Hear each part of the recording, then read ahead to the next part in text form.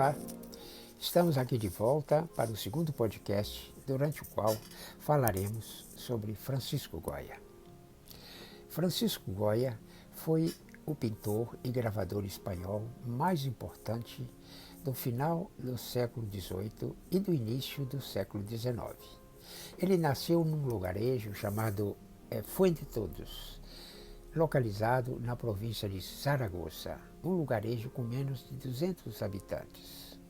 Ele é o quarto filho de Braulio José Goya, um dourador de obras sacras, e de Grácia Lucientes, proveniente de uma família de agricultores importantes da região.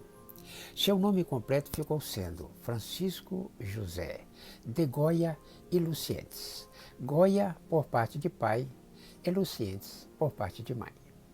Na adolescência, Goya começou a aprender o ofício do pai, ou seja, de dourador, como acontecia muito frequentemente naquela época. Aos 14 anos de idade, todavia, ele inicia seus estudos de pintura em Saragoça, revelando-se um artista muito promissor. Posteriormente, ele mudou-se para Madrid, onde trabalhou inicialmente como confeccionador de cartões para a Fábrica Real de Tapeçaria da Espanha e, em seguida, como um pintor da corte espanhola. Seus cartões para a tapeçaria tinham como tema cenas idílicas e da vida cotidiana, em estilo rococó, que é caracterizado pela presença de linhas curvas, cores claras, suaves, cenas cortesãs. Eram muito comuns.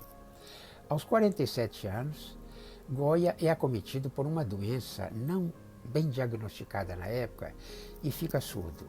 Acredita-se hoje que seu quadro clínico incluía a cólica saturnina, uma intoxicação causada pelo chumbo. No seu caso, o chumbo existente nas tintas com as quais ele pintava. Sua surdez foi ficando pior com o passar do tempo. A cólica saturnina, ou saturnismo, acometeu também o pintor brasileiro Cândido Portinari, que morreu devido a ela, aos seus sintomas e à gravidade. A doença, ou seja, a cólica saturnina e alguma coisa mais não bem explicada, não é, ou compreendida ainda até hoje, não é, ela mudou completamente a vida do Goya, sabe? E impactou a vida do Goya. Né? E ele que pintava temas suaves, agradáveis, passou aos temas sombrios, mórbidos, bizarros, controversos, críticos da política, da sociedade, da religião. Apesar dos problemas de saúde e em função de sua competência, Goya tornou-se o primeiro pintor da corte espanhola aos 53 anos de idade, atingindo a posição mais privilegiada para um pintor naquela época, né, na Espanha. Em 1808, durante a Guerra Peninsular, a Espanha foi atacada e foi ocupada pelas tropas francesas e o regime passou a ser governado pelo irmão mais velho de Napoleão Bonaparte, ou seja, por José Bonaparte. Durante o novo regime, Goya foi mantido como o primeiro pintor da corte. Ele produziu, durante o governo de ocupação, uma série de gravuras chamada Desastres da Guerra, né, constituída por 82 pranchas, em que ele estigmatiza, né, as atrocidades dos conflitos bélicos em geral, não especificando se da França ou se da Espanha, não tomando um partido, nesse momento.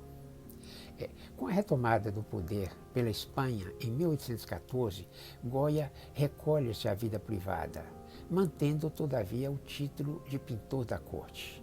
Posteriormente, ele foi absolvido da acusação de ter colaborado com o regime de ocupação da França na Espanha. De 2015 a 2019, após o governo de ocupação do país, Goya produziu uma série de 22 gravuras, reunidas parcialmente e em primeira edição no álbum Os Provérbios, que foi editado pela Real Academia de Belas Artes São Fernando, de Madrid. E só foi publicado isso depois da sua morte. O álbum original incluía 19 gravuras. Agora, com o nome dos Disparates, ela foi reeditada completa, ou seja, com 22 gravuras. É esta a série que está exposta no Centro Cultural Patrícia Galvão, em Santos. A série completa.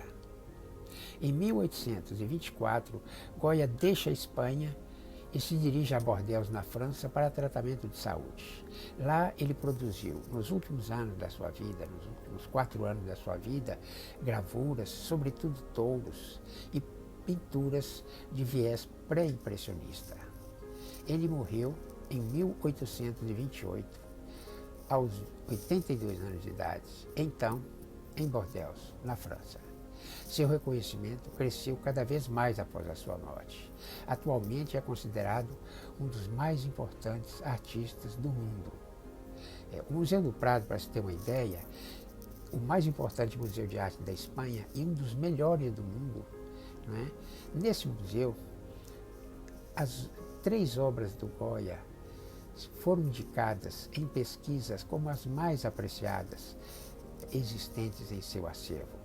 A primeira foi Saturno devorando seu filho, que é uma das 4 pinturas negras de autoria do Goya, feita no fim da sua vida, num clima de grande dramaticidade, uma obra realmente impressionante. A segunda é A Maja Desnuda. E a terceira, O Pilotão de Fuzilamento, de 3 de maio, em Madrid.